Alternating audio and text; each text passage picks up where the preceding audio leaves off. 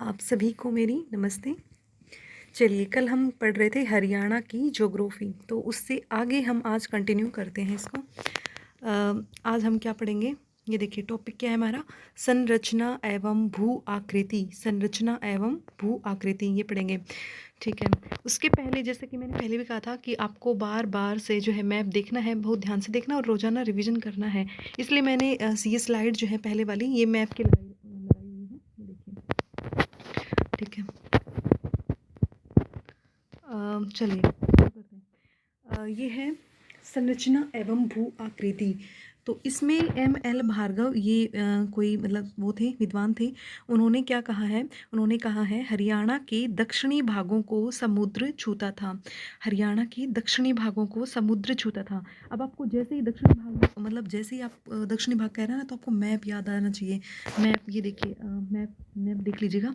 दक्षिणी भाग कौन कौन से हैं? दक्षिणी भाग तो ये हो गया ना भाई, दक्षिणी भाग तो ये हो गया, ये सारा दक्षिणी भाग हो गया। तो यहाँ पे कह रहा है कि यहाँ पे समुद्र छूता था, लेकिन ये दक्षिणी भाग नहीं है। यहाँ पे इसके अकॉर्डिंगली यहाँ पे ये इतना सारा ये दक्षिणी भाग मान रहा है, क्योंकि ये बताएगा कि पानी, जो ये दो समुद्रों की बात कर रहा है ना, ये कहेगा कि यहाँ पे ना दो समुद्र लगते थे। यहाँ पे एक समुद्र लगता था और यहाँ पे एक समुद्र लगता था, एक समुद्र यहाँ पे लगता था।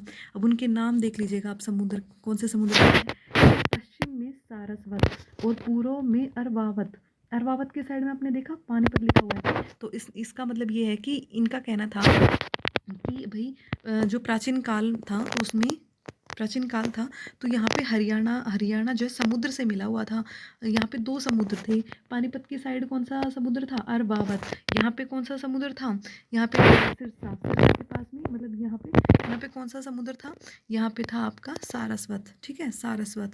तो इस तरीके से इन्होंने बताया है। हालांकि बाद में परिवर्तन हुए और ये एक मुख्य भूभाग जो है बन गया इसका। चलिए, अब इसने एग्जाम्पल भी दिया है अपनी बात को प्रूव करने के लिए कि आप सांबर झील को देख सकते हैं। सांबर झील राजस्थान में पड़ती है और ये जो सांबर झील है, इसमें समुद्र के जैसा खारा पानी आपको मिलेगा। और खारा पानी तो हमारे जैसे मेन लैंड में इतना खारा पानी मिलना जो है, ये तो पॉसिबल नहीं है। तो इसलिए ऐसा लगता है कि ये उनके अवशेष हैं, समुद्र के अवशेष रह गए हैं।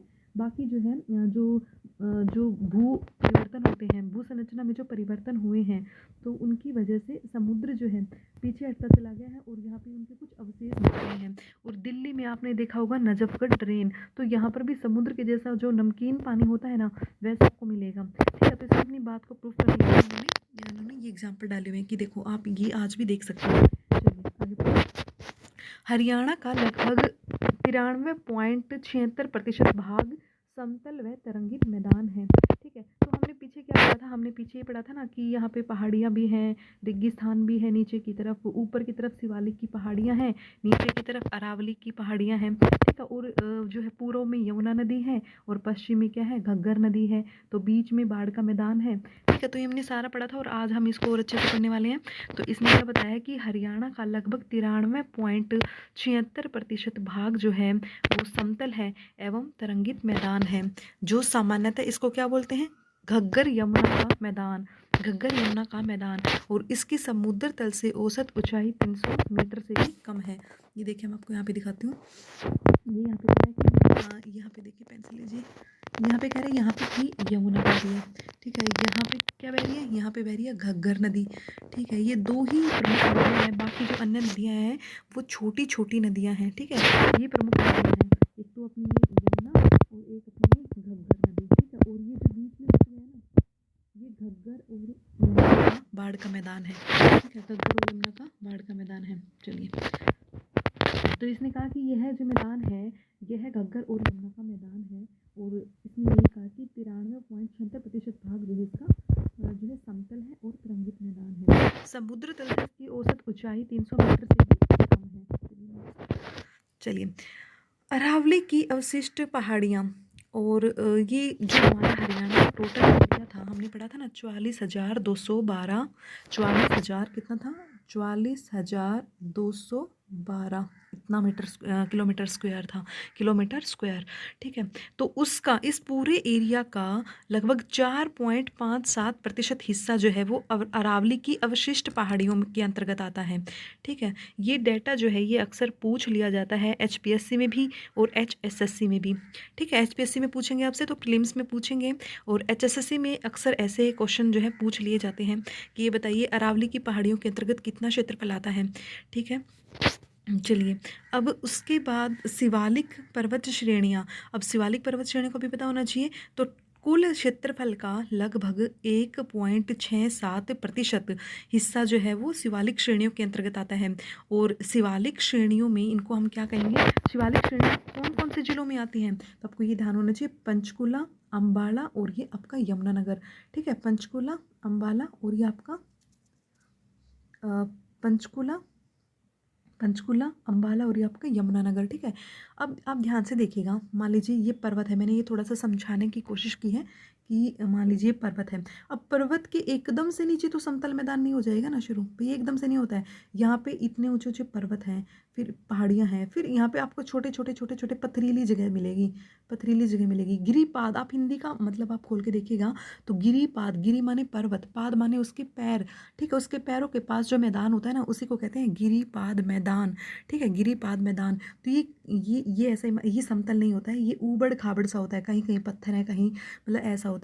तो इसने कहा है कि पंचकुला, अम्बाड़ा, यमुनानगर में शिवालिक पर्वत श्रेणियों का ये जो गिरिपाद मैदान है ना ये आपको दिखाई देता है, ठीक है। और इनको जो स्थानीय भाषा है, स्थानीय भाषा, तो उनमें इनको कहेंगे घर, घर कहते हैं। और ये एरिया भी पूछा जा सकता है कि लगभग ये गिरिपाद मैदान जो है ये कितने एरिया में फैला हुआ है, तो ये आपका 25 किलोमीटर में 25 किलोमीटर जो है ना एरिया, तो उसमें फैला हुआ है, ठीक है। ये आपको दिखाई देगा 25 स्क्वायर किलोमीटर तक ये आपको दिखाई देगा, ठीक है।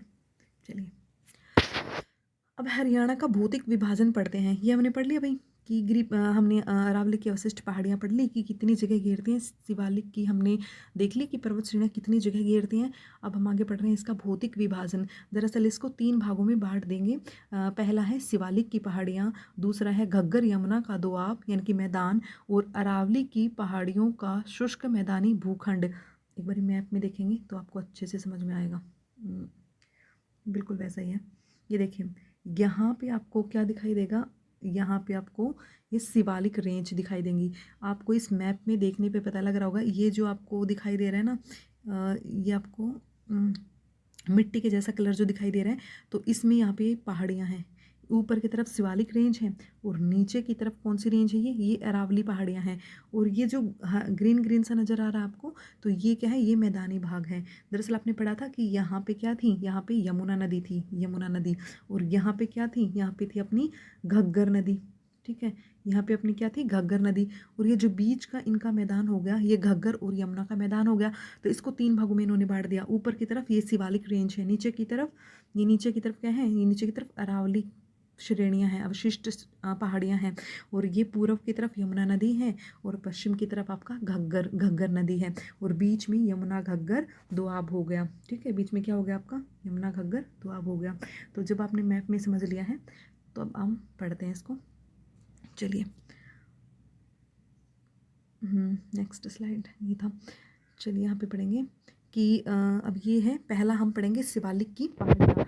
तो शिवालिक की पहाड़ियाँ जो हैं हरियाणा में, उनकी औसत, देखो शिवालिक की पहाड़ियाँ के बारे में बताने से पहले मैं थोड़ी सी ज्योग्राफी इसकी बताना चाहूँगी, इसलिए मैंने एक ब्लैंक मैप लगाया है।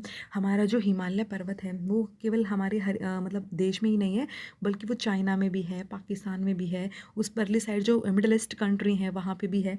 तो थोड़ा सा मैं आपको यहाँ पे बताना चाहूँगी कि ये सबसे ऊपर एक ट्रांस हिमालय आता है, ये हमारे इंडिया में नहीं पड़ता है। ये ऊपर की तरफ, ये ट्रांस हिमालय मान लीजिए, सॉरी ये जा नहीं रही है, मतलब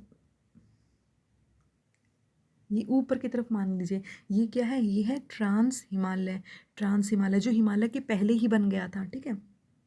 उसके बाद ये है अपना ग्रेट हिमालय, ग्रेट हिमालय, ठीक है।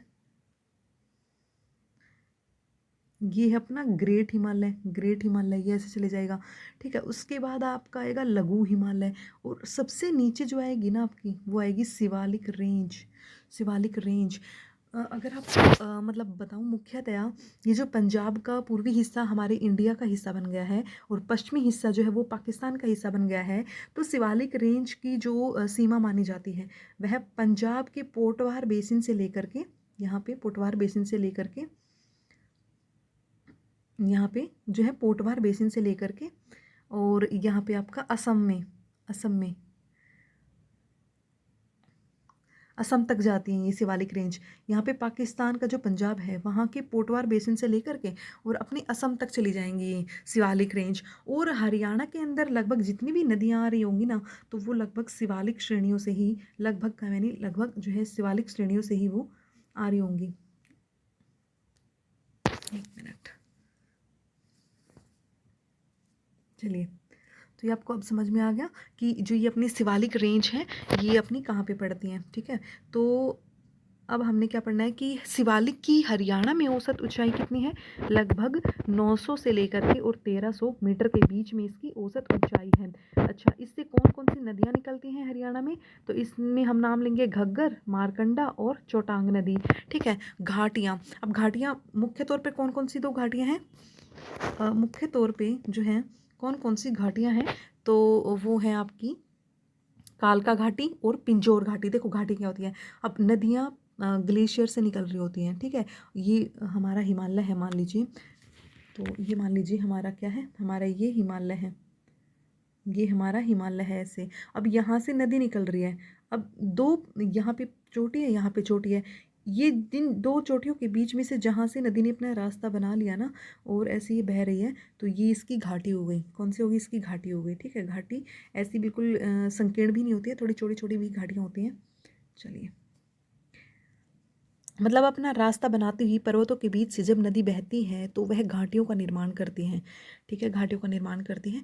तो अपने यहाँ पे कौन कौन सी 2 घाटियाँ हैं, कालका और पिंजौर, ये मुख्य तौर पर यही घाटियाँ, बाकी जो भी घाटियाँ थी क्योंकि नदियाँ तो बहुत सारी हैं छोटी छोटी, तो उनकी घाटियाँ लगभग जो हैं वो आपको दिखाई अब नहीं देंगी, वो मर्ज हो गई हैं आपस में। और यही मुख्य तौर पर 2 घाटियाँ हैं, वो सूख भी चुकी हैं, तो यही मुख्य तौर पर 2 घाटियाँ हैं, कालका घाटी और पिंजौर घाटी।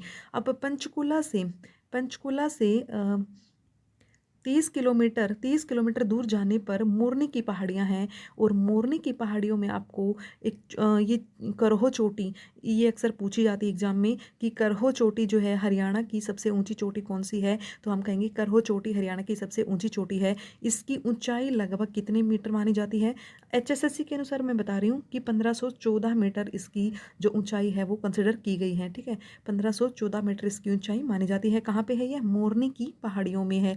मोरनी की पहाड़ियाँ पंचकुला से 30 किलोमीटर की दूरी पर हैं। ठीक है, चलिए, अब देखिए घग्गर यमुना का दोआब यानी कि मैदान के बारे में बात कर रहे हैं। घग्गर यमुना का दोआब, तो हमने ये देख लिया था कि हमने ये देखा हुआ था कि यहाँ पे अपनी यमुना है, यहाँ पे अपनी घग्गर है और बीच का जो मैदान है ना उसके बारे में हम पढ़ रहे हैं। अब जैसे जैसे यहाँ पे पढ़ेंगे ना, आपको मैप आपके दिमाग में होना चाहिए कि मतलब यहाँ यहाँ की बातें हो रही हैं।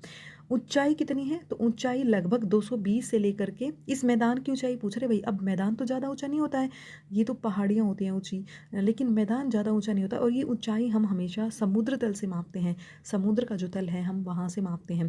तो समुद्र तल से इसकी जो ऊंचाई है मैदान की वो लगभग 220 मीटर से लेकर के 280 मीटर तक है। ठीक है, और इसका ढाल पूछेंगे कि ठीक है ये बताइए इस मैदान का ढाल जो है, इस मैदान का ढाल जो है वो कहाँ से कहाँ तक है, तो मैदान का ढाल है आपका उत्तर, उत्तर कौन सा है, उत्तर तो ये जगह है, और पश्चिम यहाँ पे चले जाइए। अब थोड़ा सा मतलब ये कि थोड़ा सा इमेजिन करके देखेंगे इसको, तो उत्तर और ये उत्तर पश्चिम से लेकर के और दक्षिण पूर्व की तरफ ढाल, ढाल का मतलब क्या है कि यह यहाँ से तो ऊंचा है और यहाँ से थोड़ा मतलब समुद्र तल से इसकी ऊंचाई धीरे धीरे कम होती चली जाएगी। तो इसका ढाल किसकी तरफ है, उत्तर पश्चिम से लेकर के और दक्षिण पूर्व की ओर इसका ढाल है। ठीक है, अब इसको क्या कहा जाता है, किसको, घग्गर यमुना के दोआब को। भाई घग्गर यमुना के दोआब को क्या कहा जा रहा है, इसको कहा जाएगा देश की खाद्यान्नों की बुखारी। क्योंकि आपको पता है कि जब 2 नदियां यहाँ से इसकी सीमाओं को बनाती हैं तो बीच का जो मैदान है वो जलोढ़ का मैदान हो जाता है, जलोढ़ का मैदान। ठीक है, और वो काफ़ी उपजाऊ होता है। और वह आप तो जानते हैं कि हरियाणा को वैसे भी गेहूं की टोकरी और हमारे करनाल को क्या कहते हैं, चावल की टोकरी, कुछ इस तरह के नाम हम देते हैं। यानी कि खाद्यान्नों, यानी कि यहाँ पे भरपूर मात्रा में हरियाणा जो है एक यहाँ पे खाद्यान्नों का उत्पादन भरपूर मात्रा में होता है, इसलिए इसको कहा जाता है देश की खाद्यान्नों की बुखारी। क्या कहा जाएगा? देश की खाद्यान्नों की बुखारी, देश की खाद्यान्नों की बुखारी। चलिए, अब ये दोआब के बारे में बता रहे हैं कि दरअसल ये क्या होता है। अब दोआब को ना 3 भागों में इसने बांट दिया है। दोआब को 3 भागों में इसने बांट दिया है। पहला भाग है बांगर क्षेत्र।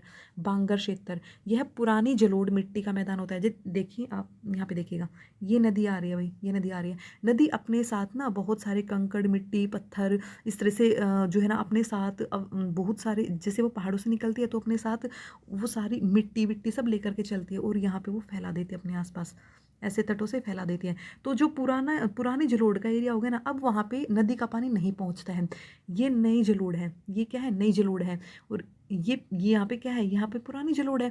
तो यहाँ पे पुरानी जलोढ़ है, तो ये जो पुरानी जलोढ़ है ना, इसी का नाम क्या है? बांगर। क्या नाम इसका? बांगर। और जो ये नवीन जलोढ़ है जो इसके पास में है, ये इसके पास में है, इसकी ऊंचाई कम होती है और इसकी ऊंचाई ज़्यादा होती है। यानी कि पुराने वाले की ऊंचाई जो है, पुरानी जलोढ़ मिट्टी की ऊंचाई अधिक होती है और नवीन जलोढ़ मिट्टी की ऊंचाई कम होती है। पुरानी वाली को हम बांगर क्षेत्र कहते हैं, नई वाली जो जलोढ़ मिट्टी होती है ना, उसको हम खादर का मैदान कहते हैं और इसको हम कछार क्षेत्र भी कहते हैं। कछार क्षेत्र अक्सर ये पूछ लिया जाता है कि कछारी मिट्टी, नवीन जलोढ़ मिट्टी होती है ये, ठीक है। खादर का क्षेत्र होता है। तो यह अधिक उपजाऊ कौन सी मिट्टी हुई? अधिक उपजाऊ जो नवीन जलोढ़ मिट्टी हुई, जो नवीन जलोढ़ मिट्टी हुई, यानी कि नदियों के आसपास का जो एरिया होता है वो नवीन जलोढ़ मिट्टी होती है और वही दरअसल बहुत अधिक उपजाऊ क्षेत्र होता है, ठीक है। तो ये हमने दोनों पढ़ लिए कि बांगर किसको कहते हैं, खादर किसको कहते हैं। पुरानी जलोढ़ और नवीन जलोढ़ से आप याद रखना कि पुरानी जलोढ़ को हम बांगर कहेंगे और जो नवीन जलोढ़ मिट्टी का क्षेत्र है उसको हम खादर कहेंगे। अब अनकाई दलदल भी आता है। अब क्या होता है कि आपका जो मैदान है वो एक ढाल बनी हुई है, उस मैदान में क्या बनी हुई है? ढाल बनी हुई है। अब ये पानी बह बह करके, मान लीजिए हमने ये इस तरीके से ढाल पड़ा था, हमने ये इस तरीके से ढाल पड़ा था कि हमारा जो एरिया है ना वो इस तरीके से यहाँ से ऊंचा है और यहाँ से क्या है, थोड़ी सी इसकी ऊंचाई कम होने लगती है। तो इसने बताया कि सिरसा के अंतर्गत एक क्षेत्र ऐसा है, अनकाई दलदल बोलेंगे उसको हम, कि सिरसा के क्षेत्र के अंतर्गत एक ऐसा, क्योंकि ऊपर से ये ऊंचा है और नीचे जाते जाते ये क्या हो जाएगा, नीचे जाते जाते इसकी ऊंचाई कम होने लग जाएगी, ठीक है। तो सिरसा अपना कहाँ पे था? आपको ध्यान आना चाहिए, सिरसा कहाँ पे था, ये देखिएगा, सिरसा ये रहा अपना सिरसा। तो ये अनकाई दलदल जो है ना, ये सिरसा की बात हो रही है, ठीक है, सिरसा की बात हो रही है। तो सिरसा में एक जगह ऐसी है, अनकाई दलदल उसको बोलते हैं, उसका नाम है अनकाई दलदल। दलदल आपको पता है ना, जहाँ पे पानी की निकासी का सोर्स नहीं होता, वहाँ पे पानी तो आता है लेकिन अब उसके बाहर जाने का कोई तरीका नहीं है, तो वहाँ पे एक दलदल सी बन जाएगी, दलदल सी बन जाएगी। तो इसको इसलिए अनकाई दलदल कह रहे हैं कि पानी आगे जाने का रास्ता है नहीं, क्योंकि उसके बाद इसका मुख्य रीजन क्या है, उसके बाद रेगिस्तान शुरू हो जाता है, मरुस्थल, ठीक है। आपने देखा होगा ना, सिरसा की सीमा किससे लगती है? राजस्थान से लगती है, तो वहाँ पे तो मरुस्थल है, तो इसलिए वहाँ पे एक दलदल टाइप का बन गया कि पानी तो आ रहा है, घग्गर नदी के द्वारा जो है पानी तो आ रहा है और भी छोटी छोटी जो नदियाँ हैं उनके माध्यम से पानी तो आ रहा होता है, लेकिन वो मतलब उसके आगे जाने का इतना बढ़िया सी निकासी नहीं होती है, तो वो रेत में कहीं खो जाती हैं नदियाँ, उस मरुस्थल में कहीं खो जाती हैं वो नदियाँ, तो इसलिए वहाँ पे दलदल जैसी स्थिति पैदा हो जाती है। अब ये कहाँ पे है? ये है सिरसा के दक्षिणी भाग में, ठीक है। और यह हरियाणा का सबसे कम ऊंचाई वाला भूभाग है। इसकी ऊंचाई ये 200 मीटर से भी कम है। ये मैंने जो नेगेटिव का साइन लगा दिया है, ये मतलब कम दिखा रहा है कि यह 200 मीटर से भी कम ऊंचा है, 200 मीटर से भी कम ऊंचा है, ठीक है। चलिए,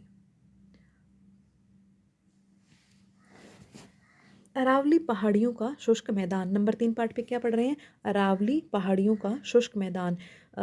गुरुग्राम जिले का पश्चिमी भाग आ जाता है इसमें, गुरुग्राम जिले का पश्चिमी भाग आ जाता है, फरीदाबाद आ जाता है, रेवाड़ी और अपना ये झज्जर नहीं आएगा भाई, झज्जर नहीं आएगा, झज्जर नहीं आएगा, सॉरी, झज्जर तक मतलब इतना नहीं आता, दिल्ली तक ही ये, दिल्ली तक ही पहुंच पाती है झज्जर, इसमें नहीं आएगा, झज्जर को कट कर दीजिएगा, ठीक है। तो ये है गुरुग्राम जिले का पश्चिमी भाग आ जाएगा, फरीदाबाद, रेवाड़ी, महेंद्रगढ़ और ये भिवानी तक भी आपको इसकी अवशिष्ट पहाड़ियाँ दिखाई देंगी। जैसे आप भिवानी में पढ़ते हो ना, तो शाम जहाँ से हम अभी हाल ही में कल ही की करंट अफेयर की खबर है ये, कि वहाँ पे खनन के दौरान जो है पहाड़ियाँ हैं वहाँ पे, अरावली की अवशिष्ट पहाड़ियाँ हैं, तो वो ऊपर से नीचे गिर गई और वहाँ पे काफ़ी जो है डेथ हो गई, 6 से 7 मतलब 6 से 7 जो है आदमी वहाँ पे मर गए हैं।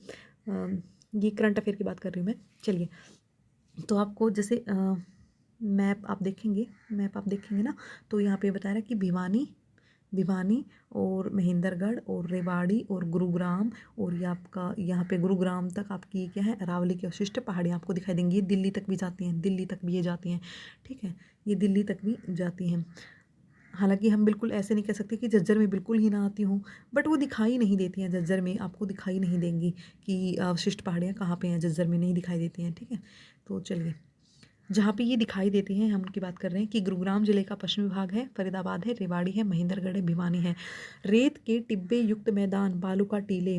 अब ये बता रहा है कि ये कहाँ कहाँ पे हैं, क्योंकि हमारे माइंड में तो मैप छपा हुआ है, अब हमने कई बार पढ़ लिया मैप, और हमने पढ़ा था कि यहाँ नीचे की तरफ जो दक्षिण की तरफ जो है हरियाणा राज्य में, हरियाणा राज्य की जो सीमा लगती है वो राजस्थान से लगती है, मतलब कि ये पूरा एरिया जो है भैया, यहाँ पे मरुस्थल है, रेगिस्तान है। कौन सा मरुस्थल है? थार का मरुस्थल है। कौन सा मरुस्थल है? थार का मरुस्थल है। और वो थार का मरुस्थल गुजरात में, राजस्थान में फैला हुआ है। और यहाँ तक भी उसकी जो, जब ये तेज़ आंधियाँ हवाएं चलती हैं तो वो भारी मात्रा में बालू रेत जो होता है वो उड़ाकर अपने साथ लेकर आती हैं। और हमारे इसलिए यही कारण है कि हमारा जो ये एरिया काफ़ी रेतीला है, काफ़ी रेतीला सा है। और जब रेतीला है तो यहाँ पे क्या हो जाएंगे, वो रेत जम जाएगा, हवा के माध्यम से, आंधी और तूफान के माध्यम से वो रेत जम जाएगा। अब वो जो बालू है, बालू मिट्टी है, वो जम जम के टिब्बे बना देती है। वो मैदान तो होता है लेकिन वो टिब्बे बना देती है, मतलब ऐसे मान लीजिए ये रेत उड़ उड़ कर एक जगह इकट्ठा हो रहा, अब इकट्ठा हो रहा है, अब क्या होगा, ये एक टीले जैसा बन जाएगा। और ये जगह जगह पर ऐसे टीले ही आपको दिखाई देंगे। ये टीले बालूका के टीले बोलते हैं इनको, हम क्या बोलेंगे, बालूका के टीले। और ये आपको जगह जगह ऐसे टीले दिखाई देंगे, ठीक है। और इसने ये एरिया बताया कि भाई सिरसा से लेकर के, जैसे मैंने पूरा नीचे वाला एरिया कवर करवाया था, तो ये उसी तरीके से आप मैप में सोचेगा कि सिरसा से लेकर के, सिरसा फिर हिसार, भिवानी, महेंद्रगढ़, रेवाड़ी, झज्जर तक, ठीक है। यहाँ पे ये आपको झज्जर तक भी ये आपको बालूका की जो बालूका के टीले हैं ये दिखाई देते हैं। और क्या होता है कि इनके बीच में, अब है तो ये रेत ही, तो इनके बीच में कई बार क्या हो जाता है ना, ऐसी थोड़ी सी उथली सी, मतलब बहुत गहरी नहीं होती, बिल्कुल उथली सी जगह बन जाती है। और उसमें जब बारिश वारिश आती है तो पानी इकट्ठा हो जाता है। और इस छोटी सी ये उथली ताल ताल हम झील को बोलते हैं ना, तो इसको कहेंगे ठूंठ या बावड़ी। ऐसा पूछा जाएगा कि ठूंठ या बावड़ी क्या होती है, तो इन टिब्बों के मध्य में जो निम्न भूमि होती है, इनके जो बालू का टीले होते हैं, और उनके बीच में कोई निम्न स्थान होता है, कोई नीचे वाला स्थान होता है, तो वहाँ पे पानी इकट्ठा हो जाता है। और उसी को हम कहते हैं भाई ये ठूंठ है, ये बावड़ी है, इनकी इसको बोलते हैं। अब आपसे ये भी पूछ लिया जाएगा कि भाई ये माधोगढ़ की प्रसिद्ध पहाड़ियाँ कहाँ पे पड़ती हैं, तो ये अरावली की ही अवशिष्ट पहाड़ियाँ हैं। तो वो जो जिस भी जगह में वो पहाड़ियाँ होती हैं, तो उस जगह विशेष के नाम से ही हम उन पहाड़ियों को जानने लगते हैं। तो ये क्योंकि माधोगढ़ कहाँ पे पड़ता है, महेंद्रगढ़ में पड़ता है, तो इसलिए हम कहेंगे माधोगढ़ की प्रसिद्ध पहाड़ियाँ महेंद्रगढ़ में हैं। अब यहाँ पे अधिकतर जो नदियाँ होती हैं ना साउथ में, तो हमारे हरियाणा के दक्षिण में, तो वो अधिकतर सारी ही वो कैसी होती हैं, बरसाती नदियाँ हैं, सदाबहार नदियाँ। सदाबहार नदी तो केवल हमारी यमुना ही है। कौन सी नदी है, हमारी यमुना ही पड़ती है सदाबहार नदी। वो हम आगे उसको अच्छे से पढ़ेंगे। ये देखिए, यहाँ से जो हमारी नदियाँ आएंगी ना, बरसाती नदियाँ आएंगी, इन जो अवशिष्ट पहाड़ियों से पानी बह करके चल पड़ा, और ये नालों की फॉर्म में जो है आपको नदियाँ दिखाई देंगी, एक दूसरे में मिलती हुई ये नदियाँ दिखाई देंगी। ये यहाँ पे कुछ ऐसे, ठीक है, तो कुछ ऐसे, ठीक है। तो इस तरीके से ये सारी की सारी बरसाती नदियाँ हैं, सारी की सारी बरसाती नदियाँ हैं। चलिए अब आगे बढ़ते हैं। हो गया था।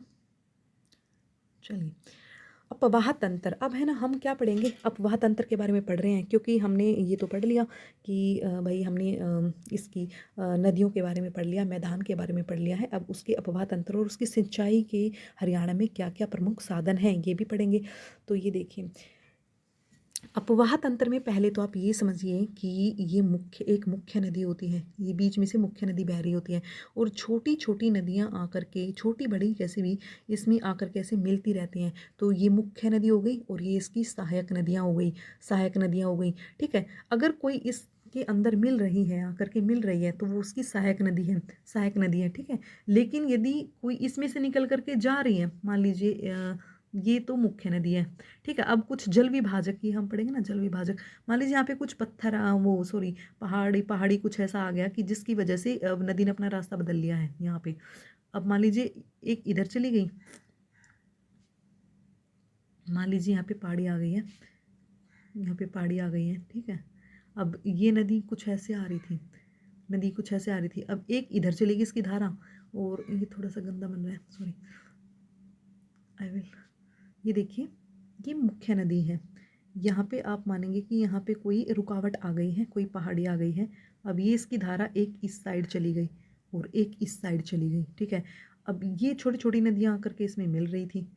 ये जो पहाड़ी आई ना, इसको हम क्या कहेंगे, इसको हम कहेंगे जल विभाजक, जल विभाजक, ठीक है। क्योंकि इसने नदी को जो है बांट दिया है कई धाराओं में, कई धाराओं में बांट दिया है। अभी इस मुख्य नदी से जो ये धाराएं निकल गई हैं, ये इसकी वितरिकाएं होती हैं, डिस्ट्रीब्यूटरीज कहलाती हैं, डिस्ट्रीब्यूटरीज, वितरिकाएं, यानी कि जो मुख्य नदी में से निकल करके चली गई हैं, ये वितरिकाएं हैं। जबकि जो छोटी छोटी नदी इसमें आकर के मिल रही होती हैं, वो इसकी सहायक नदियाँ होती हैं। क्या होती हैं? सहायक नदियाँ होती हैं। तो ये समझ में आ गई कॉन्सेप्ट।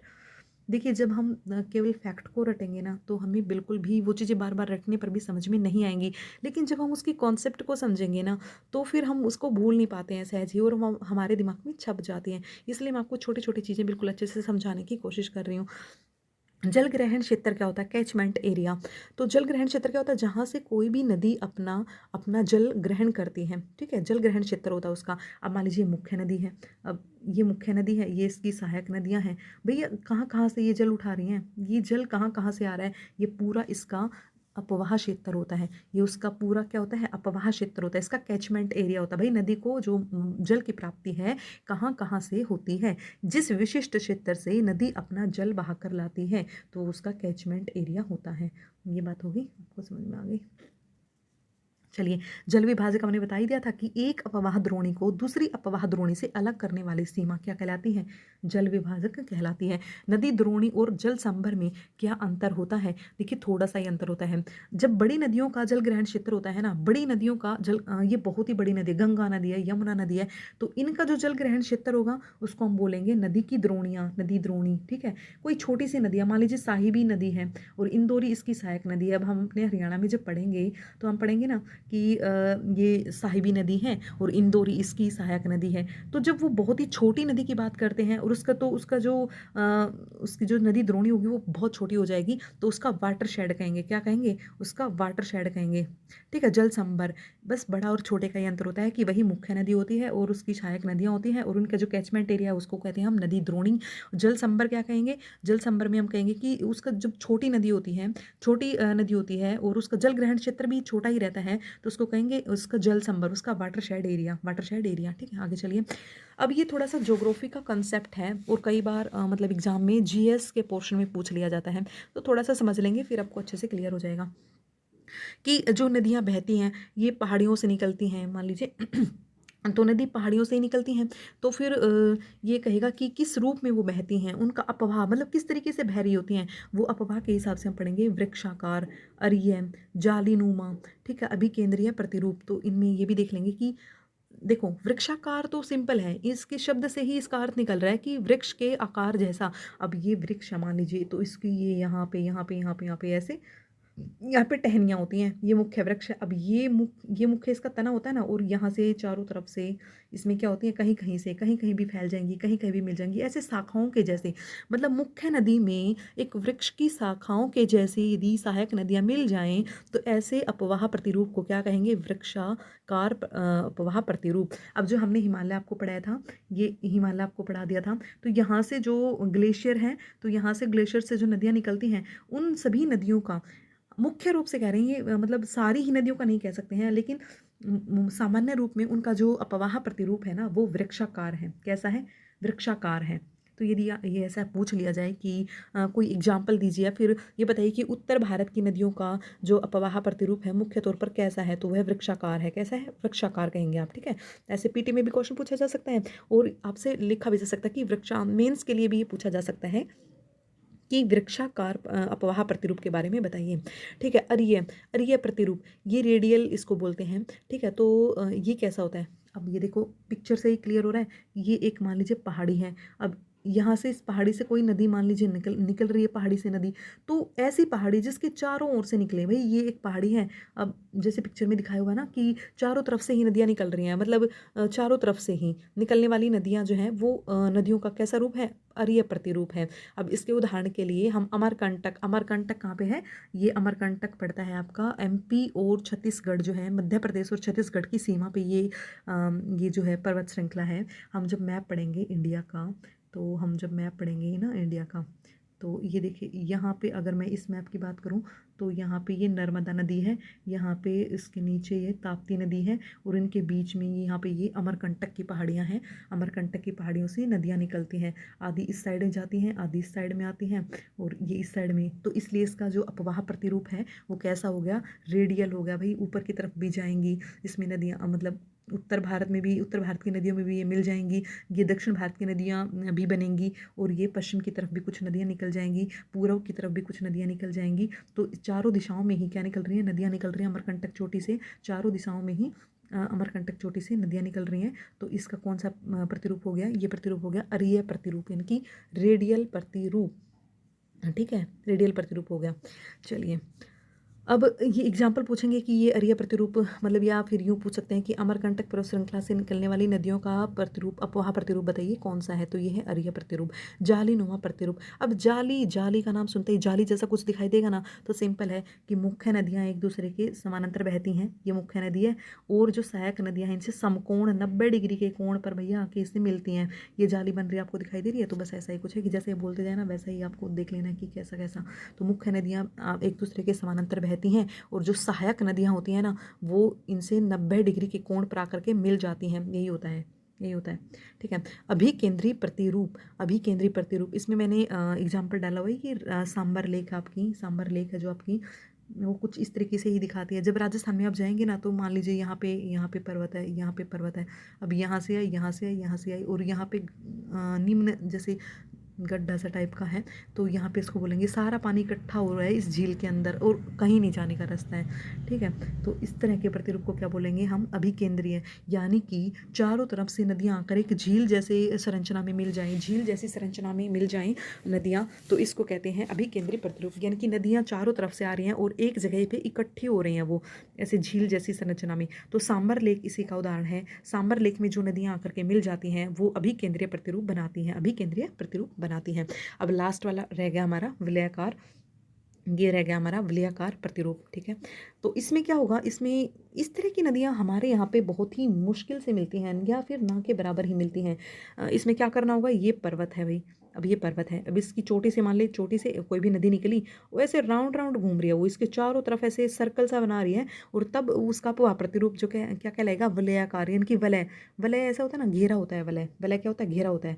तो ऐसा घेरे जैसी संरचना यदि वो बना रही होती है तो उसको हम क्या कहेंगे, वलयाकार प्रतिरूप। ठीक है, तो ये हमने क्या पढ़ा, मुख्य तौर से ये नदियाँ कैसा कैसा जब वो बहती हैं तो किस तरीके के आकार में वो बहती हैं, और ये अक्सर पूछे जाते हैं, पीटी में भी पूछे जाते हैं, प्रीलिम्स में भी पूछे जाते हैं, और मेंस के में, मेंस एग्जाम में भी आपके पूछे जाते हैं। ठीक है, और ये लिखने आए तो आप पिक्चर बनाएंगे तो और भी अच्छे से आपको जो है कॉन्सेप्ट की क्लियरिटी वो दिखेगी क्लियरली। हरियाणा का अपवाह तंत्र, अब हमने क्या पढ़ा था, ये ज्योग्राफी का कॉन्सेप्ट था। अब हम हरियाणा का अपवाह तंत्र के बारे में पढ़ रहे हैं कि हरियाणा में किस प्रकार की नदियां हैं, उनका अपवाह तंत्र किस प्रकार से है। चलिए, अब यहाँ पे आज जो हम मुख्य तौर पे कवर करेंगे ना, वो हम सिर्फ यमुना नदी को कवर करने वाले हैं, क्योंकि यमुना नदी एक सदाबहार नदी है, और यह सबसे मुख्य नदी है, सिंचाई का और जो है पेयजल का जो भी है मुख्य स्रोत है ये हमारे पास। ठीक है, तो इसको हम बहुत ही अच्छे से पढ़ेंगे। बाकी जो है वो सारी छोटी छोटी नदियां हैं वो एक ही वीडियो में आपकी कवर हो जाएंगी लगभग। मैं कोशिश करूंगी कि नेक्स्ट वीडियो में आपका पूरा ज्योग्राफी ऑफ जो हरियाणा है वो कंप्लीट हो जाएगा। ठीक है, उसमें सारी की सारी जो है आपकी छोटी छोटी नदियाँ, उसमें सारी झीलें, नहरें और ये जलवायु वगैरह सब उसमें कवर हो जाएगा। चलिए, यमुना नदी को बहुत ही अच्छे से पढ़ने की ज़रूरत है। हमने हरियाणा का जो अपवाह तंत्र है ना, उसको दो भागों में बांट दिया है। एक तो है ऊपरी ऊपरी अपवाह तंत्र, ये रहा ऊपरी अपवाह तंत्र, और एक है दक्षिणी अपवाह तंत्र। ठीक है भाई, यमुना के बारे में पढ़ रहे हैं तो यमुना क्या है, गंगा की सहायक नदी है। न केवल गंगा की सहायक नदी है, यह सबसे पश्चिमी और सर्वाधिक लंबी सहायक नदी है। ठीक है, तो मैं थोड़ी सी पिक्चर आपको दिखाना चाहूँगी, थोड़ी सी, ये देखिए आप, दरअसल ये आप मैप में चलिए, थोड़ा सा मैप में अच्छे से दिखाई देता है। मैप में क्या है आपको समझ में आता अच्छे से, ठीक है। यहाँ पे ये जो कोन आपको दिखाई दे रहा है ना, ये छोटा सा, ये उत्तराखंड है। क्या है? उत्तराखंड। मैंने ये भी बताया था कि यहाँ पे शिवालिक रेंज है। शिवालिक रेंज नीचे पड़ती हैं, यहाँ पे नहीं पड़ती हैं। शिवालिक रेंज उत्तराखंड में नहीं पड़ती हैं। शिवालिक रेंज जो है आपकी, सॉरी ये रेजर क्यों नहीं आ रही है, ये जो शिवालिक रेंज है ना, ये आपकी थोड़ी सी नीचे तक पड़ती है, मतलब इतनी भी नीचे नहीं है, मतलब ये उत्तराखंड में नहीं है, उत्तराखंड के जस्ट नीचे की तरफ पड़ती हैं। उत्तराखंड में आपका लघु हिमालय और वृद्ध हिमालय जो है, इसकी रेंजेस पड़ती हैं। तो उत्तराखंड की हम बात कर रहे हैं, दरअसल उत्तराखंड की बात कर रहे हैं। तो उत्तराखंड में आपके ना 4 ये इनको धाम भी कह लीजिए, हम तो इनको तीर्थ स्थल मानते हैं।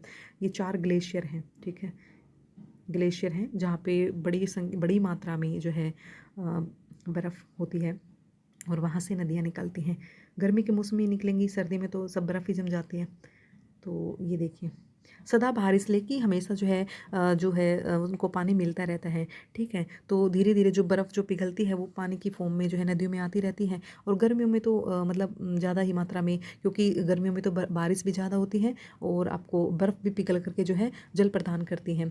तो इस प्रकार से गर्मियों में जल की मात्रा अधिक होती है और सर्दियों में जल की मात्रा थोड़ी सी कम रहती है। कोई बात नहीं। ये देखिए, हमने ये उत्तराखंड की हम बात कर रहे थे, तो उत्तराखंड में यमुनोत्री, ये ऐसे ही सीरियल वाइज है भाई, क्रम में भी ऐसे ही है उत्तराखंड में। केदारनाथ, बद्रीनाथ, अक्सर हम यहाँ पे तीर्थ, ये हम उनको तीर्थ स्थल की तरह की फॉर्म में देखते हैं। यहाँ से पवित्र नदियाँ निकलती हैं हमारी। तो चलिए, अब हमने ये देखा कि ये हमारे जो चारों के चारों जो ये हैं, यमुनोत्री, गंगोत्री, केदारनाथ, बद्रीनाथ, ये उत्तराखंड में पड़ते हैं, ठीक है, उत्तराखंड में पड़ते हैं। इसके ऊपर वाली चीज़ हमने नहीं देखी कि यमुना कहाँ से निकलती है, तो यमुनेत्री ग्लेशियर से निकलती है। यमुनोत्री ग्लेशियर से निकलती है, ठीक है, यमुनोत्री ग्लेशियर से निकलती है।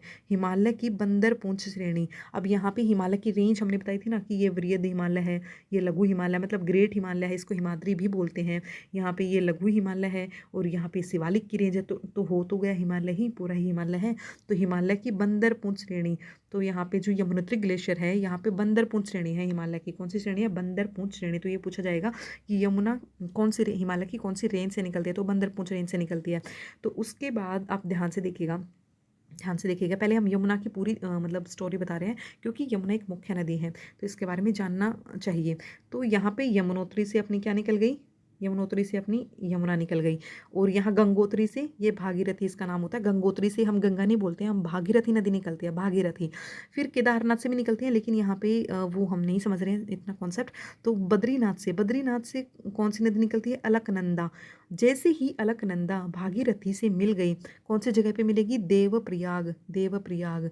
और वो गंगा बन जाती है, उसको हम गंगा के नाम से पुकारने लगते हैं कि ये हमारी गंगा नदी है, ठीक है। यानी कि अलकनंदा और भागीरथी के सम्मिलन से जो नदी बनती है वो गंगा नदी है। फिर वही जो गंगा नदी आगे चल करके जो है किससे मिलती है? प्रयागराज में इलाहाबाद से। पहले उसको इलाहाबाद कहा जाता था, लेकिन जो उसका आधुनिक नाम है, नवीन है, जो उसमें नवीनीकरण किया गया है, तो वो है प्रयागराज। क्या है उसका नाम? प्रयागराज। प्रयागराज पे ही जो है, प्रयागराज में गंगा नदी का यमुना नदी से संगम होता है, यमुना नदी से संगम होता है, ठीक है, यमुना नदी से संगम हो जाता है इसका। तो इसलिए हम यहाँ पे कुंभ का मेला भी, जो कुंभ का मेला होता है, कुंभ का मेला संगम पे लगता है ना, तो वो कुंभ का मेला यहाँ पे लगता है प्रयागराज में 12 साल में एक बारी। वो 4 अन्य जगहों पर भी लगता है, लेकिन यहाँ पर भी लगता है, ठीक है। अब ये तो हमने पढ़ लिया कि भाई ये यमुनोत्री से यमुना निकलती है, गंगोत्री से भागीरथी एंड बद्रीनाथ से अलकनंदा निकलती है। किस प्रकार से ये मिलती हैं, किस जगह पे ये मिलती हैं, ये हमने इतना पढ़ लिया है। अब यहाँ पे हरियाणा, ये आपने देखो, ये मैंने कुछ बताने की कोशिश करी है कि ये देखिए, ये यूपी यानी कि उत्तर प्रदेश, और ये हरियाणा यानी कि हरियाणा अपना। अब ये यमुना नदी है, ये हरियाणा और यूपी की सीमा से बहती है। और हरियाणा में यह कलेश्वर नामक जगह से प्रवेश करती है, ठीक हो गया। चलिए, अब यमुना नदी की कुल लंबाई जान लीजिए। कुल लंबाई मतलब यमुनोत्री से जहाँ से वो निकली और जहाँ पे वो गंगा में मिल गई, तो यहाँ से लेकर के यहाँ तक की जो टोटल लेंथ है वो कितनी है भाई? ये लगभग है, इसमें 1-2 ऊपर नीचे तो हो ही सकता है। तो लगभग 1375 किलोमीटर। कितनी लेंथ है? 1375 किलोमीटर। अब इसकी सहायक नदियाँ भी पढ़नी चाहिए। तो सहायक नदियों में ये देखिए, सहायक नदियों में ये टोंस है, गिरी, आसन, सिंध, चंबल, बेतवा, केन, हिंडन। आपको याद होनी चाहिए क्योंकि पीटी में या फिर जो एचएसएससी वाले एग्जाम होते हैं उनमें यही पूछा जाता है कि इनमें से कौन कौन सी गंगा नदी की या फिर यमुना नदी की सहायक नदियां हैं। ठीक है, तो ये आपको याद होना चाहिए। चंबल है, बेतवा है, केन है, हिंडन है, टोंस है, गिरी है, आसन, सिंध, ये सारी सारी जो हैं आपकी यमुना की सहायक नदियां होती हैं। कई नदियां क्या होती हैं कि उनको दो दो नदियों में दिखा देते हैं। ठीक है, तो दरअसल एक जैसे नाम वाली दो नदियां भी हो जाती हैं कई बार, परंतु हमें ये ध्यान रखना है कि इसकी सहायक नदियां ये हैं। ठीक है, चलिए। हरियाणा में यमुना का आगमन यमुनानगर के कलेसर नामक स्थान से होता है। तो हमें ये बात बहुत ही ध्यान से समझनी है कि हरियाणा में यमुना का आगमन यमुनानगर के कलेसर नामक स्थान से होता है। अब ये जो मैप हम देख रहे थे ना हरियाणा का, हरियाणा का मैप देखिए आप, तो ये बहुत ही ध्यान से देखना है। यमुनानगर, ये मैंने कहा था ना आप इसको क्रम से याद करें। मान लीजिए यहाँ पे हमारी नदी आ गई, ये सीमा से बह रही है, और ये ऐसे करके ऐसे एंट्री ले जाएगी यूपी में। ठीक है, अब यमुनानगर में यहाँ पे कैलेसर, कलेसर से एंट्री ले ली। अब उसके बाद कहाँ कहाँ से ये पूछा जा सकता है आपसे कि ये बताइए यमुना नदी किन किन जिलों से होकर के बहती है। अब हमें बताना होगा यमुनानगर, ठीक है, उसके नीचे क्या आ रहा है, करनाल, उसके नीचे पानीपत, फिर सोनीपत। अब ये दिल्ली में एंट्री कर गई। अब दिल्ली में यमुना नदी की एंट्री हो गई। अब ये फरीदाबाद में आ जाएगी, फरीदाबाद। और पलवल के हसनपुर से, पलवल के यहाँ पे हसनपुर, H4 हसनपुर, हसनपुर से यह यूपी में एंट्री कर जाती है। यानी कि यमुना नदी कहाँ से आई, कलेसर से आई और हसनपुर से एंट्री कर गई यूपी में। तो इस प्रकार से ये पूछा जाएगा आपसे कि ये बताइए कि हरियाणा में यमुना नदी की कुल लंबाई कितनी है। हरियाणा में यमुना की कुल लंबाई कितनी है। तो कुल लंबाई कितनी हो गई, ये हो गई 320 से लेकर के 328 किलोमीटर, लगभग 320 से लेकर के 328 किलोमीटर। लेकिन फिर भी यदि आपको ऑप्शन में दिखाई देता है तो आप 320 को थोड़ा सा प्रेफरेंस देना। 324, 320 इस मतलब ये इनके बीच में ही मानी गई है, एग्जैक्ट नहीं है। ठीक है, तो आप इन्हीं के बीच में ही, मतलब आप 320 को ही ज़्यादा प्रेफरेंस देना। ठीक है, अब ये मैंने बताने की कोशिश करी कि कैसे ये दिल्ली में एंट्री कर गई और कैसे ये फरीदाबाद परवल से होती है, हसनपुर से ये यूपी में एंट्री कर गई। ठीक है, अब उसके बाद आता है 1879 में हमने ताजेवाला यमुनानगर के समीप ही पड़ता है, क्योंकि ताजेवाला में जो ये यमुना नदी होती है ना, तो पर्वतीय क्षेत्र से मैदानी क्षेत्र में जब नदी प्रवेश करती है तो वो ताजेवाला ही वह जगह है जहाँ पे यमुना नदी मैदानी क्षेत्र में प्रवेश करती है। और इस ताजेवाली वाली जगह से ही हमने पश्चिमी, जो हमने कल की वीडियो में पढ़ा था कि हमने यमुना नदी से दो नहरें निकाली हुई हैं, एक तो है पश्चिमी यमुना लिंक नहर, पूर्वी यमुना लिंक नहर। तो जो ये पश्चिमी यमुना लिंक नहर है ये हमने कहाँ से निकाली है, ताजेवाला जगह से ही निकाली हुई है। ठीक है, चलिए। अब उसके बाद पश्चिमी यमुना नहर से सिंचाई कौन कौन से एरिया में होती है, आपको जानकर आश्चर्य होगा कि हम देखिए हिसार तक भी हम अपनी यमुना नहर से, पश्चिमी यमुना नहर से सिंचाई कर पाते हैं, है ना। पश्चिमी यमुना नहर से छोटी छोटी नहरें निकाल करके और यहाँ तक हम अपनी सिंचाई कर पाते हैं। ये देखिए यमुनानगर, कुरुक्षेत्र, करनाल, ये मैंने थोड़ा सा सिंबल बना है, आपको समझ में आएगा। यमुनानगर, फिर ये कुरुक्षेत्र, ये करनाल, आपने ऊपर दिखाई दे रहे हैं जो मैं उनको पढ़ रही हूँ। यमुनानगर, कुरुक्षेत्र, करनाल, पानीपत, सिरसा, जींद, सोनीपत, रोहतक, हिसार। तो अब इसके लिए क्या होना चाहिए, आपके दिमाग में मैप छपा हुआ होना चाहिए कि कहाँ पे कौन सा जिला पड़ता है। भाई यमुनानगर है, कुरुक्षेत्र है, करनाल है, भी पानीपत है, सोनीपत, ये तो सीरियल वाइज थे, ये थोड़े से दूर पड़ते हैं। जींद पड़ गया, अपना रोहतक हो गया, हिसार हो गया, सिरसा हो गया। तो इतने सारे एरिया में ये अपनी यमुना नदी से सिंचाई होती है, इसलिए तो कह रही हूँ कि सबसे मुख्य नदी है। तो ये देखिए बता रहा ना कि यहाँ देखिए, इन्हें ले लेती हूँ मैं। ये भैया किनारे वाले ज़िले तो हैं ही, ओबियसली किनारे वाले ज़िले तो हैं ही। उसके साथ ही कुरुक्षेत्र हो गया, आपका जींद हो गया आपका, है ना, हिसार हो गया आपका, है ना, और ये आपका सिरसा भी बताया था क्या उसने। मतलब कहने की बात ये है कि आपको ये ज़िले ध्यान में होने चाहिए। फिर जैसे ही वो बोलेगा तो आपको अंदाज़ा हो जाएगा कि कहाँ पे उनकी कौन सा ज़िला, कौन सी डिस्ट्रिक्ट, कौन सी जगह पे पड़ती है, तो कहाँ की बात हो रही है, तो आपके दिमाग में वो सब मैप में चलेगा, तो आपको अच्छे से समझ में आएंगी ये चीज़ें। ठीक है, चलिए। कहाँ गए थे, चलिए। अब ये हो गया आपका यमुनानगर हो गया है, कुरुक्षेत्र हो गया, करनाल हो गया, पानीपत हो गया, सोनीपत, रोहतक, हिसार। अब आगरा नहर, ये बात कर रहा है हिसार की, रोहतक की। तो ऐसे है आगरा नहर के बारे में हम पढ़ेंगे। एक मिनट हो जाइएगा।